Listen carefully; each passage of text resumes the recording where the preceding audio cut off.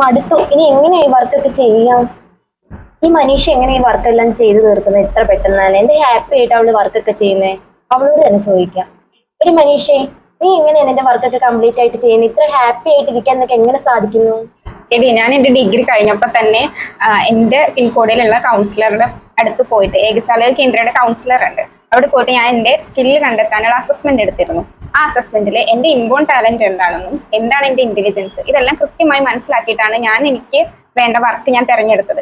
എൻ്റെ സ്കില്ല് കണ്ടെത്തിയിട്ട് എനിക്ക് ഇഷ്ടപ്പെട്ട വർക്കാണ് ഞാൻ തിരഞ്ഞെടുത്തിരിക്കുന്നത്. അതാണ് എനിക്ക് ഹാപ്പി ആയിട്ട് ഇപ്പോൾ ചെയ്തുകൊണ്ടിരിക്കാൻ പറ്റുന്നത്. നീ വേണമെന്നുണ്ടെങ്കിൽ നിന്റെ പിൻകോഡിലുള്ള കൗൺസിലറിൽ പോയിട്ട് നിന്റെ സ്കിൽ അസസ്മെന്റ് എടുക്കുക. അപ്പൊ നിനക്ക് ഇഷ്ടപ്പെട്ട ജോലി കഷ്ടപ്പെടാതെ ഇഷ്ടപ്പെട്ട് ചെയ്യാൻ പറ്റും.